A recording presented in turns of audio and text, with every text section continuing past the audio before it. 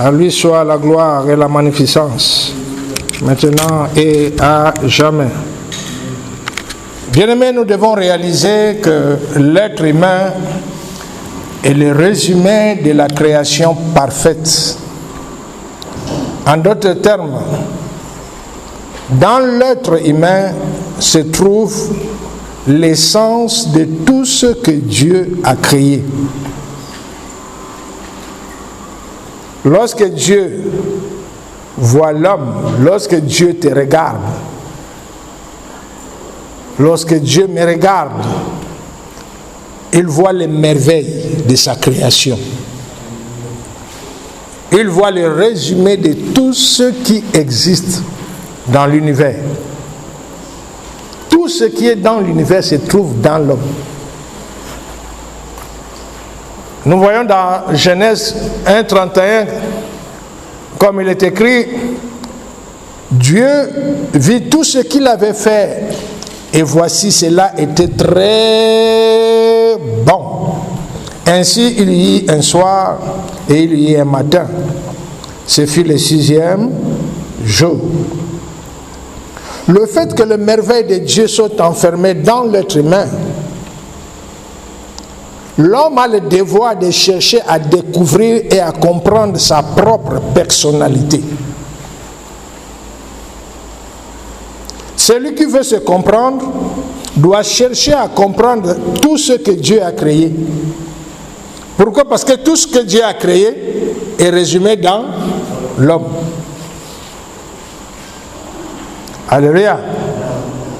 En comprenant cela, lorsque nous allons manifester la gloire et la puissance de Dieu, nous saurons que nous pouvons toujours faire plus. Aujourd'hui mieux que hier. Demain plus qu'aujourd'hui. Alléluia. À travers la création, que nous sommes en train de prendre conscience. Hier, par notre ignorance, nous considérons certaines créations de Dieu comme étant des objets inertes. On considérait la pierre comme étant un objet. On considérait un bois comme étant... On considérait la terre comme étant simple. Mais aujourd'hui, avec la grâce que Dieu est en train de nous façonner, de nous équiper, de nous faire comprendre, de nous préparer par rapport à notre mission de demain, nous avons pris conscience que tout ce que Dieu a créé dans toute cette diversité vit. Chaque élément que Dieu a créé a un esprit, a une volonté propre, a un cœur. Peu importe comment nous pouvons voir cet élément à travers le règne minéral, le peu que nous connaissons de lui, la terre, tout ce qui est sous terre, les cailloux, les pierres précieuses, le magma et tout autre élément, les eaux en général, et tout ce qui se trouve dans les eaux, l'air ou le vent, le soleil, la lune, les eaux d'en haut, les nuages, les étoiles, l'étendue du ciel. Tout élément vit, tout élément a un esprit, tout élément a une volonté propre. Alléluia. En dehors des volontés collectives, si nous prenons l'exemple des nuages, les nuages rassemblés manifestent une volonté collective. Mais si une nuage se détache, comme nous voyons, nous pouvons voir un morceau de nuage seul. En partant à ce moment-là, ce nuage développe une volonté propre à lui. On est ensemble?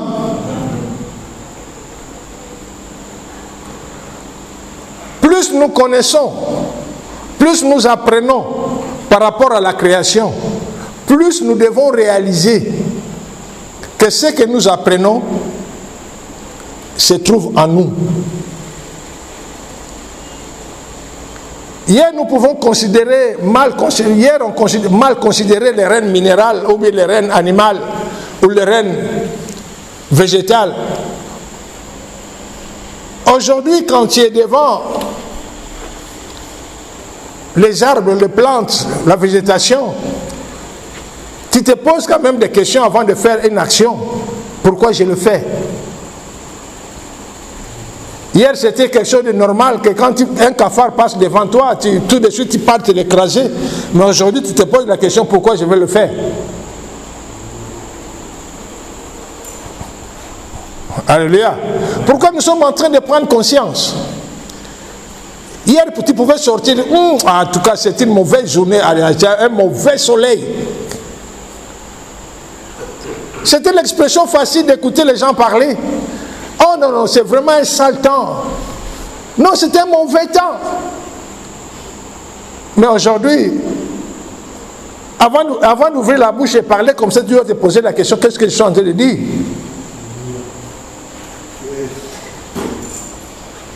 Alléluia. Pourquoi nous sommes en train de prendre conscience de ce qui nous entoure. Ce qui nous entoure fait partie de ce qui est à nous, même au-delà. On est ensemble?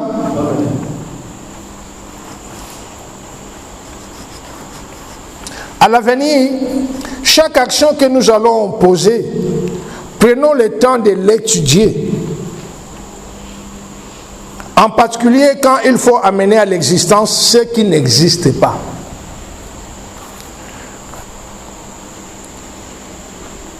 Dieu nous a fait grâce. Comme je le dis à tout moment et que je vous le rappelle à tout moment, bien aimés, nous ne sommes pas exceptionnels. Nous avons seulement bénéficié de la grâce. À travers la planète, nous ne sommes pas les seuls. Il y a des nations, il y a des places où Dieu a suscité l'unité spéciale. L'unité spéciale, c'est cette branche que Dieu a fait sortir du corps de Christ, à qui il est en train d'équiper pour être des modèles, pour être des exemples par rapport au corps de Christ et par rapport à l'humanité entière. Qu'à travers l'unité spéciale, le corps de Christ va voir ce que nous serons capables de faire. Le monde entier verra de quoi nous sommes capables. Alors, ils vont commencer à se poser des questions. Alors, beaucoup vont se réveiller. Donc, hier, on ne connaissait pas Dieu. Dieu est réel. Dieu existe. Dieu est vrai. Alléluia. Parce que là, ce qu'ils vont voir, comme la Bible le dit, ce sont des choses que l'œil n'a point vues, l'oreille n'a point entendu. Ce qui n'est même pas monté dans le cœur des hommes, c'est que Dieu a préparé pour tous ceux qui l'aiment. Alléluia. Bien, mais imaginez un peu, quand le temps sera là et que mes amis, les chevaux arrivent, le monde entier vivra cette réalité. Ils verront ces chevaux avec les carrosses qu'ils vont amener. Par rapport à l'extraordinaire de leur beauté, par rapport à l'état de la richesse qui les couvre, ils vont se demander, ils sont sortis d'où? Alléluia. Ils sont sortis d'où? Ces chevaux qui peuvent galoper sur la terre, ces chevaux qui peuvent galoper dans les airs, ces chevaux qui peuvent galoper sur l'eau. Alléluia. Ces chevaux qui peuvent se téléporter d'un point à un autre, qui peuvent se retrouver ici. La seconde qui suit, ils sont au pôle Nord. Le monde va se tenir en train de demander d'où sont-ils sortis. Alléluia. Amen. Comme je pouvais parler, quand on parlait une fois avec un des patriarches, j'ai dit c'est sûr que quand mes amis vont arriver, les chrétiens spirituels vont déjà annoncer. Parce que les deux des chevaux seront enflammés. vont dire que c'est Élie qui arrive. Et les deux autres chevaux blancs avec le crinière doré, ils vont dire que c'est sûr que le Seigneur arrive. Leur présence va bouleverser le monde entier. De savoir d'où sont-ils sortis. Comment, par rapport à leur beauté, par rapport à leur richesse, par rapport à leur façon d'agir. Je ne sais pas si nous sommes ensemble. Les scientifiques vont chercher à comprendre comment cela est possible. C'est là où le monde va commencer à se réveiller, à prendre conscience.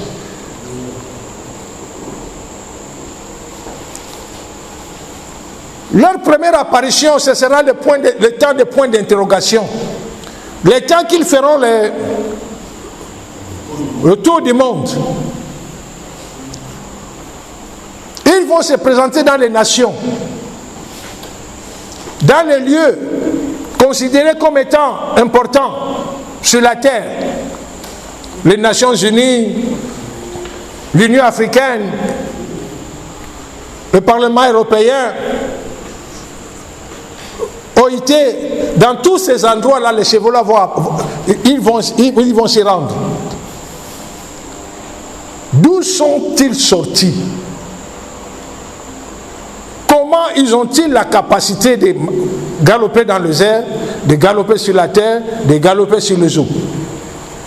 C'est là où le monde va prendre conscience réellement qu'il y a Dieu. Et les jours qui vont arriver au Gabon, que nous aurons le privilège maintenant d'être en contact avec eux et d'essayer de répondre un peu à certaines questions que les hommes vont se poser, alors les gens vont prendre réellement le ciel existe. Est-ce que vous comprenez? Le monde prendra conscience que réellement le ciel existe. La question sera, si ça n'existe pas, les cheveux sont sortis d'où?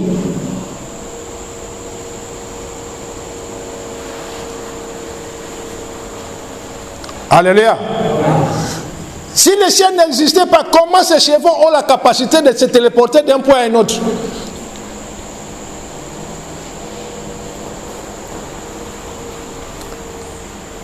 On est ensemble? Dieu, bien aimé, le peu que nous connaissons déjà, Dieu nous a donné la capacité d'appeler les choses qui n'existent pas à l'existence. Quand le patriarche nous enseignait sur cela, il a dit ce n'est pas reproduire ce qui existe. Si j'appelle à l'existence les fleurs existent, sauf si je crée pour moi les fleurs, la qualité de fleurs qui n'existent pas. Il a dit, Dieu vous a donné la capacité, avec l'imagination que vous avez, réellement de créer tout ce qui n'existe pas, de l'appeler à l'existence. On est ensemble?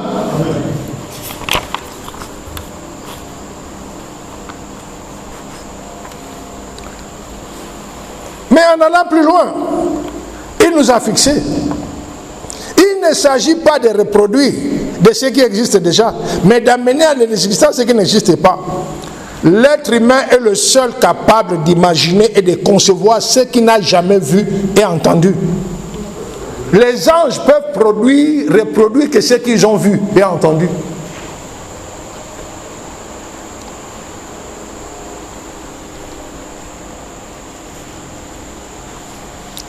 Alléluia. Quand le temps sera là pour vous d'opérer dans cette dimension, comprenez que tout ce qui existe, il y a son opposé. Tout comme il y a les anges de Dieu, créés pour nous protéger et nous amener à l'accomplissement de nos destins, il y a aussi des entités qui sont là pour nous empêcher d'accomplir nos destins. Tout comme Dieu a fait les ténèbres, il y a la lumière. Tout comme il y a le bien, il y a le mal. Alléluia. Dans tout ce que Dieu a créé, il y a un opposé. Alors c'est là où le patriarche nous a amené, de réaliser que tout ce que vous allez créer, il y aura son opposé. Maintenant, si vous ne maîtrisez pas le pourquoi vous créez ce que vous créez, par rapport à son opposé, vous allez causer les troubles. Vous allez causer les dégâts. On est ensemble? Il ne s'agit pas seulement d'avoir cette assurance ou le plaisir de réaliser que je peux créer ce qui n'existe pas. Mais pourquoi tu le crées? Dans quel but? Tout en sachant que ce que Dieu a créé pour le bien, aujourd'hui est transformé pour le mal. Tout en sachant que ce que tu vas créer aujourd'hui, même avec bonne intention, demain ça peut devenir une arme de destruction. Est-ce que Dieu a créé la bombe atomique? Hein? Mais la bombe atomique est créée par rapport à quoi? Ce n'est pas par rapport à ce qui existe. On est ensemble? C'est pour attirer notre attention. Tu veux créer, pourquoi tu veux le faire? Es-tu réellement prêt à assumer les conséquences de ta création? Nous devons réaliser que tout ce qui est créé a un esprit, a la vie et a la volonté propre. Avant, on pensait que les anges étaient comme mécanisés, hein, qui ne peuvent rien faire que la volonté de Dieu, qu'ils font seulement ce que Dieu demande. Ils ne peuvent. Aujourd'hui, nous avons pris conscience que les anges ont leur propre volonté, leurs propres émotions. Si ce n'était pas ça, Lucifer n'allait pas se rebeller. Alléluia. On est ensemble?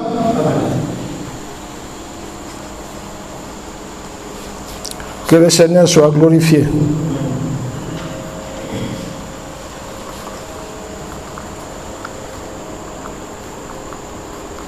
Réalisons que chaque élément est un esprit vivant, ayant un cœur et une volonté propre. À l'avenir, lorsque nous serons au point de créer ce qui n'existe pas, nous devons avoir l'image claire de ce que nous voulons faire. Le pourquoi nous voulons amener cela à l'existence. Nous voyons tout ce que Dieu a créé de bon, mais qui est détourné de leur but initial et devenir destructif. Nous avons appris que tout ce que Dieu a créé a un esprit, un cœur et une volonté propre. Il nous sera demandé de donner un esprit, un cœur et une volonté propre à notre création. Malheur si pendant le temps de création et que notre esprit est confus et que nous n'arrivons pas à être précis et stable. Non seulement nous sommes en train de manquer le respect à la vie, nous risquons de ne pas avoir contrôle sur ce que nous allons créer. La confusion que nous avons pendant la création sera transmise à notre création. Et cela peut devenir une source de malheur ou de destruction. On est ensemble?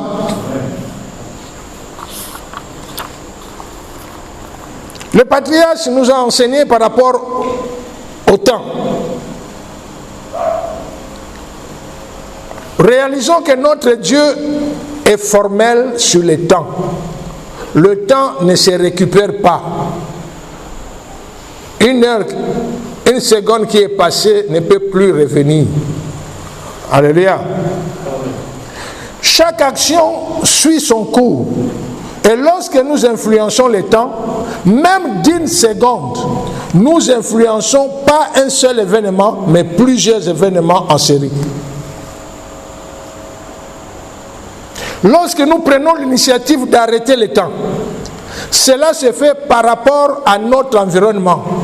Dans les endroits et dimensions et d'autres dimensions, le temps continue son cours. Arrêter le temps, même de 5 secondes, cela peut avoir des effets très graves. C'est l'une des capacités que nous allons nous imposer comme limite.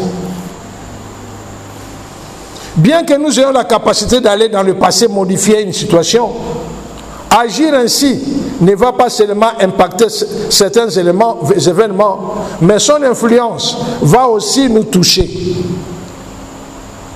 Je reviens sur le temps.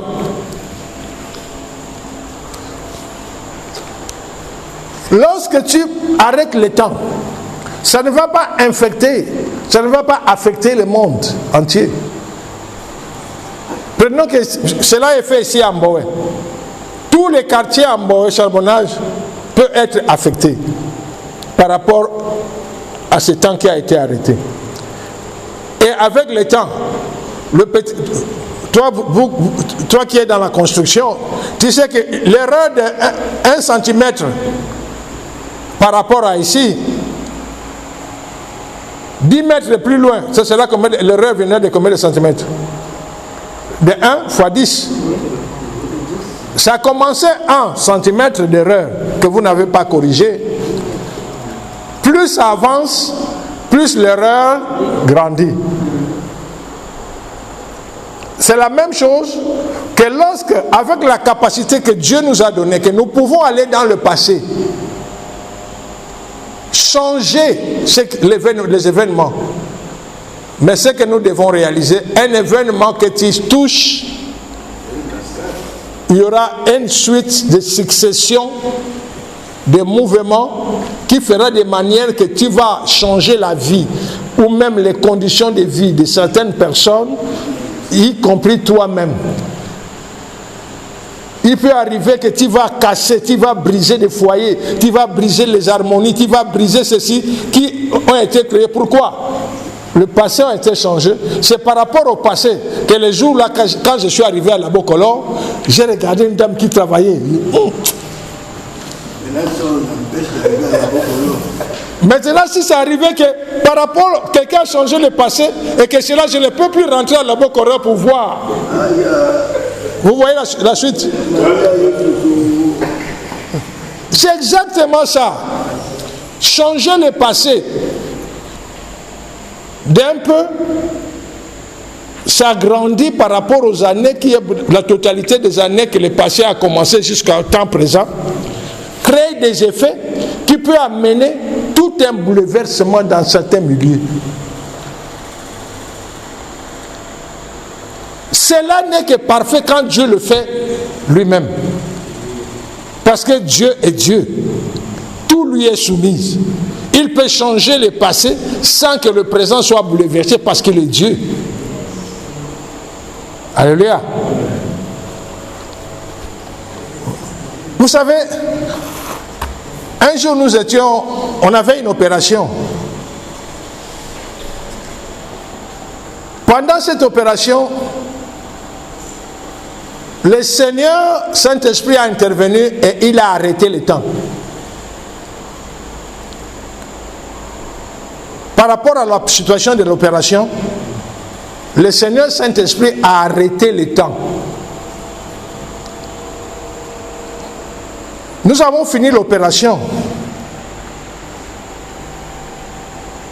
Pendant que nous étions à la base, je te demande, Ézéchiel, la montre de qui est dans la base s'est arrêtée à l'heure là.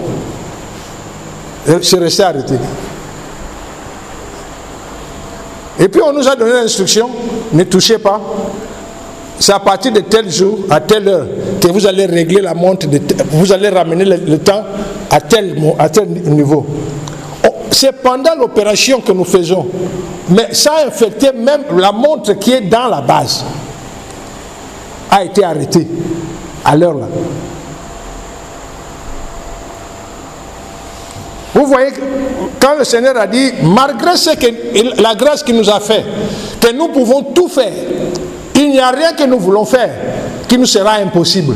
Ce que nous ne pouvons pas faire, c'est ce que nous ne voulons pas faire, ou ce que Dieu ne veut pas que nous fassions. Mais la situation est que lorsque tu fais, tu dois savoir pourquoi tu le fais. Voilà pourquoi il dit que ce sera à nous de nous imposer des limites. Que malgré que j'ai cette capacité, que je peux aller dans le passé, changer certaines situations pour pouvoir amener des changements ici, Mais je vais me contenter à pouvoir arranger la situation là où ça se trouve maintenant. On est ensemble? Alors j'ai demandé, j'ai posé la question au patriarche. On était avec le Seigneur Moïse. J'ai dit, mais par rapport à cette situation, il arrivera que quand nous aurons des campagnes d'évangélisation ou de croisade pour la guérison, que je vais demander à la lumière de rester jusqu'au temps que je vais fixer.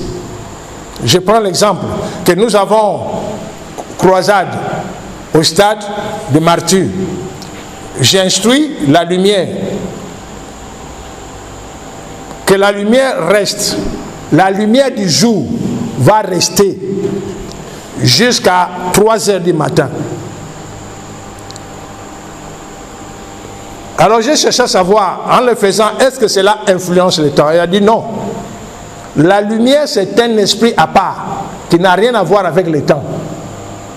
La lumière est autonome, tout comme les ténèbres est autonome. On est ensemble? La lumière, c'est un esprit vivant. Nous allons le vivre bientôt. Rappelez-vous ce que le Seigneur a dit. Le temps arrive que nos jours seront plus longs que la nuit, parce que nous aurons un grand volume de travail. Donc nous avons cette capacité, cette possibilité à nous, que pendant cette période, pendant que nous travaillons, que la lumière dans ces secteurs où nous déterminons va rester jusqu'à terre. La lumière du jour restera par rapport à la surface que nous avons déterminée. Ça n'a rien à voir à affecter le temps. C'est différent d'arrêter le temps. Est-ce que c'est clair? Tout comme nous pouvons dire que la nuit, par rapport à tel secteur, se prolonge jusqu'au temps que nous allons fixer. Cela est différent d'arrêter le temps. D'où le Seigneur nous amène à comprendre et à nous mettre nous-mêmes des limites, de ne pas poser certaines actions. Bien que nous avons la capacité de le faire. On est ensemble?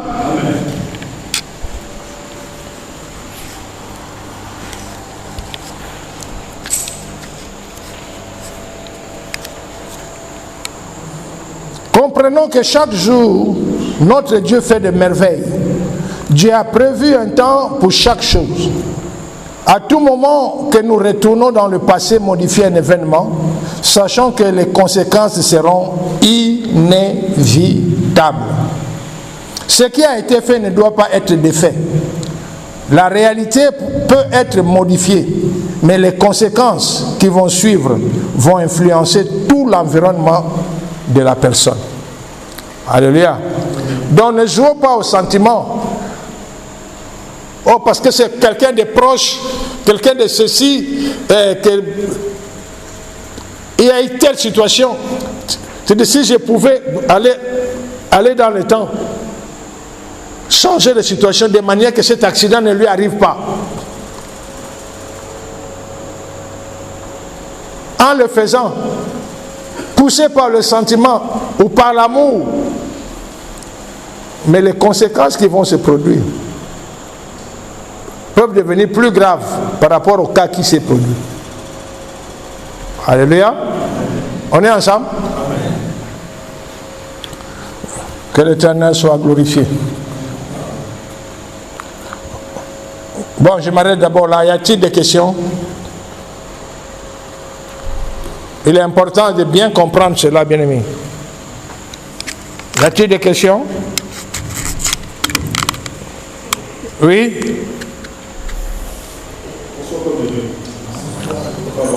Parle fort. Alors, je voulais vous poser une question à ce moment-là au patriarche Moïse, si j'avais été avec vous, par rapport à... Il est là, il écoute. Justement, je sais qu'il y aura la réponse. Par rapport au fait qu'on peut aller dans le passé changer le passé. Alors, si, comme Dieu nous a fait grâce, nous avons l'omniscience de Dieu. Oui. Est-ce que on ne peut pas déjà prévoir ce qui va se passer si on va déjà dans le passé? C'est-à-dire, je parle du moment présent. C'est-à-dire, si je me dis, si je vais dans le passé changer telle chose, je sais déjà ce qui va arriver puisque Dieu me donne la capacité de savoir comme lui. Donc, je peux m'abstenir par rapport à ce que je sais qui peut arriver si je vais changer la chose. Donc, je me dis, est-ce que... enfin, c'est la question que je vais poser à... Mais tout justement, tu as la réponse à toi-même. Parce que tu as l'omniscience. On a la grâce d'avoir la continuité de Dieu dans son omnipotence, son omniprésence, omniscience.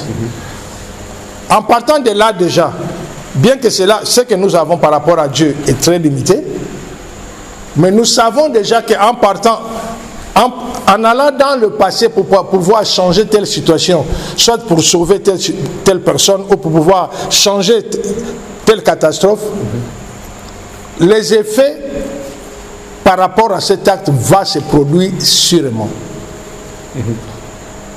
Et ces effets, nous pouvons ne pas pouvoir les juguler, les contenir.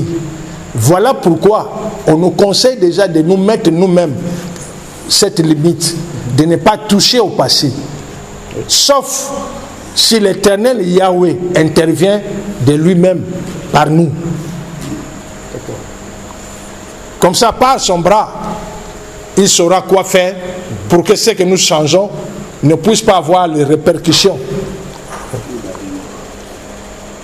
Par rapport à arrêter le temps, la même chose. L'omniscience, déjà nous sommes informés et l'omniscience nous le dit. En le faisant, il y aura des conséquences. Voilà pourquoi on nous conseille que ce soit des domaines que nous nous mettons des limites nous-mêmes. Sauf si l'Éternel Yahweh lui-même ouvre la porte. D'accord. Donc cela suppose que même si je suis limité, parce que je sais que nous n'avons pas l'absolue omniscience de Dieu, je peux demander à Dieu d'échanger, d'intervenir. Ce ne sera pas sage de le faire. Bon, une autre question. Je me souviens d'un témoignage du pasteur Talingano. Un accident qu'il a eu et puis des gens sont morts. Et ne voulant pas que cela porter ça sur son dos, il a demandé à Dieu de ramener cette personne à la vie et ces personnes sont revenues à la vie. Bon, je comprends qu'il a intervenu de façon instantanée, c'est-à-dire il y a eu accident, tout de suite, il a demandé à ce que les gens reviennent à la vie. Bon, mais est-ce que, quelque part, il n'est pas en train d'influencer le temps par rapport à ces personnes à qui, maman serait mort, et puis, bon, dans leur famille, il y aurait une autre organisation qui serait faite par rapport au fait que ces personnes ne sont plus. Bon, si tu raisonnes comme ça, là, ça veut dire que les cadavres, on ne va pas les ressusciter. Papa, il y avait même un problème. Non, je comprends, je connais l'histoire de Charles Talingano. Eux voulaient le tuer. Ils voulaient tuer Talingano. Parce que les sorciers qui étaient dans le bus en voulaient à Talingano. Ils faisaient les incantations contre Talingano. Et Talingano a annoncé, a averti. Il a dit, ce que vous êtes en train de faire, si quelque chose arrive, moi Talingano, je n'aurai rien. Et effectivement, en faisant, les sorciers qui étaient dans le bus, en continuant les incantations, ça a provoqué cette situation. Et Talingano n'a rien eu. Mais il a dit, à cause de ton nom, pour rendre gloire à ton nom, pour ne pas qu'ils disent que Talingano a sacrifié des âmes à cause de son transport. Tu vois? Et ensuite, ce n'était pas dans le passé. C'était sur place.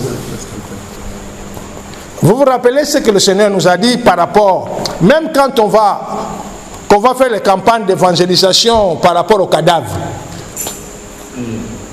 Il y a des cadavres que nous allons voir, que le Seigneur veut que ces cadavres restent comme ça par 6 mois. C'est-à-dire, en ce moment-là, l'esprit et l'âme de cet homme se trouvent dans une autre dimension, en train d'accomplir certaines missions. C'est le manque des visions éloignées qui fait de manière que quand quelqu'un meurt, comme ça, on enterre. De la réalité que cette personne est temporairement dans cet état.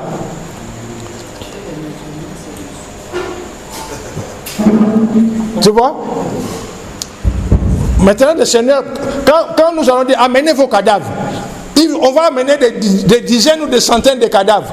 Mais il arrivera que nous arrivons devant un corps. Nous voyons que cet homme, ce corps-là, il est dans cette dimension en train d'opérer. Si on sait de revenir, il y aura des répercussions là-bas. On dit non, lui, il va rester comme ça. Ramenez-lui dans tel mois. Ou bien ramenez-lui dans tel temps. Ou bien dans une situation, on dit non, pour lui, son temps est fini. Il est en train, Dieu l'a amené ailleurs. Tu vois, nous aurons cette grâce de voir par rapport aux cadavres qui seront là, les corps qui seront là, par rapport à chaque état. Oui, Prisca. On va revenir sur l'autorisation, sur l'interdiction de changer le temps. On sait que dans le temps, on a le passé, on a le présent et on a également le futur. Si nous ne devons pas empiéter à la modification du passé et que dans le présent, le cas du pasteur qu'on vient de prendre, il a empiété, ça signifie qu'il a agi. Donc ça signifie que l'interdiction se fait seulement dans le passé et non dans le présent et dans le futur. Parce que par rapport au futur, quelquefois, on voit un événement en songe et on se met à intercéder pour que l'événement ne puisse pas se réaliser. Ça, c'est une interférence dans le temps, mais qui n'a rien à voir avec le présent ni le passé. Est-ce que ça signifie que lorsqu'on nous dit de ne pas interchanger les situations ou les événements dans le temps ou de ne pas les interchanger dans le passé exclusivement? On parle par rapport au passé. Parce que l'acte du passé a été déjà posé et ça continue. Hein? Ça fait son chemin. Ça fait son chemin. Durant le temps là que ça fait et durant le temps où nous sommes, ça peut que ça a passé des jours, beaucoup de jours, beaucoup de mois, des années que cela a été posé, que l'action a été semée. La semence a été semée, maintenant c'est devenu un arbre fruitier. Tu vois tout ce temps que ça a pris. S'il faut aller changer là-bas, ça va causer beaucoup de perturbations. Sauf si Yahweh lui-même intervient par rapport à cela. Étant Dieu, il sait ce qu'il faut faire pour qu'il n'y ait pas ces effets rétroactifs attachés à cela. Le futur, on ne peut connaître le futur que par Dieu. Le futur est réservé par rapport à Dieu. Si Dieu nous montre le futur, s'il veut que nous intervenions, nous saurons que Dieu veut, il nous montre pour que l'on intervienne. S'il nous montre, vous vous rappelez, il y a une des leçons où on a dit pourquoi Dieu nous montre l'avenir. Il y a au moins 3 raisons pourquoi Dieu nous montre l'avenir. Oui. Il nous montre l'avenir pour nous informer. Il dit voilà ce qui va arriver, mais vous n'intervenez pas parce que cela est arrêté. Oui. On nous montre l'avenir pour pouvoir prendre des dispositions pour empêcher que cela n'arrive pas. Il nous montre l'avenir pour que nous nous tenions dans l'intercession afin de toucher son cœur. Si son cœur sera touché, selon sa décision de Dieu, il peut changer ou laisser les choses continuer. Ouais.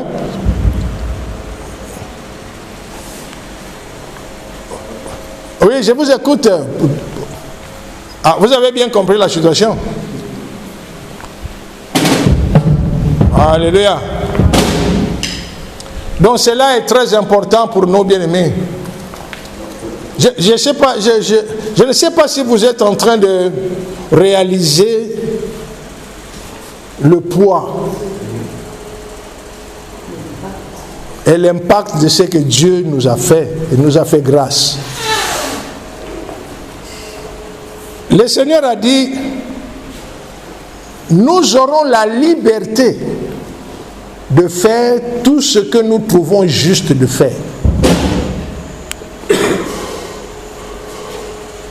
Mais cette liberté est attachée des conséquences. Voilà pourquoi on nous exhorte à tout moment, avant de poser une action, pose-toi la question, pourquoi je veux le faire? Et quelles sont les conséquences liées à cela? Cela est très important. Alléluia. Oui. Alors, tout à l'heure, on parlait des personnes qui sont mortes et qui devaient rester pendant un certain temps avant de revenir parce qu'ils sont en train d'intervenir dans une certaine dimension. Alors, les gens qu'on enterre vite là, enfin les gens qu'on enterre, pas vite. Normalement. Pour nous, oui. Ouais. Alors qu'ils devaient normalement revenir à la vie. Est-ce qu'on n'a pas en train de courter leur vie? Ben, par ignorance, oui. Toi et moi, c'est maintenant que nous le sachons. Pour nous, c'est normal quand quelqu'un meurt, hein, on dit qu'en tout cas mort, vrai mort. Pour nous, médicalement, scientifiquement, tout mort. Bon. On garde à la mort s'il faut les jours et puis on part enterrer. Chose qui est normale pour tout.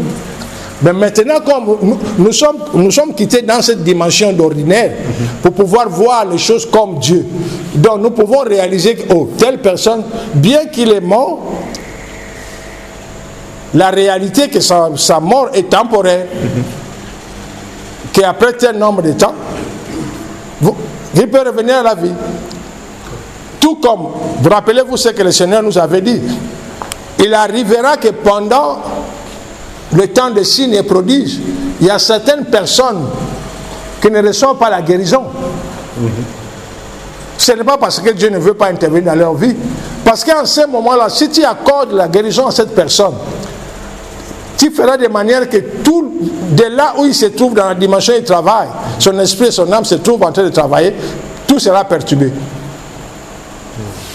Et Dieu nous fera voir que telle personne est mieux pour lui de rester dans cet état. Peu importe ce que les gens peuvent dire ou penser, mais de toutes les façons, s'il y a 100 cadavres et qu'il y a 98 qui ont revenu à la vie, tu diras que j'ai échoué. Non. Hein? Non. Voilà. Et ce que nous faisons, nous ne le faisons pas par rapport aux opinions des gens. Nous le faisons par rapport à la gloire de Dieu. Et par rapport à la réalité qui nous est ouverte. Alléluia. Que l'Éternel soit glorifié. Lèvons-nous, bien-aimés, s'il n'y a plus de questions. Rendons les actions de grâce à l'Éternel, notre Dieu, pour ce temps merveilleux qu'il nous a accordé. Et surtout pour cette grâce d'être parmi de ceux-là qu'il a choisi, de pouvoir glorifier son nom dans ce temps de la fin. Choses que l'œil n'a point vues, l'oreille n'a pas entendues, qui ne sont pas montées dans le cœur de l'homme. Comme il est dit dans sa parole, quand le Seigneur Saint-Esprit viendra, il vous annoncera les choses à venir. Voilà les choses à venir. Nous sommes maintenant dans les choses à venir, qui est devenu présent maintenant pour nous. Élevons nos voix, rendons les actions de grâce.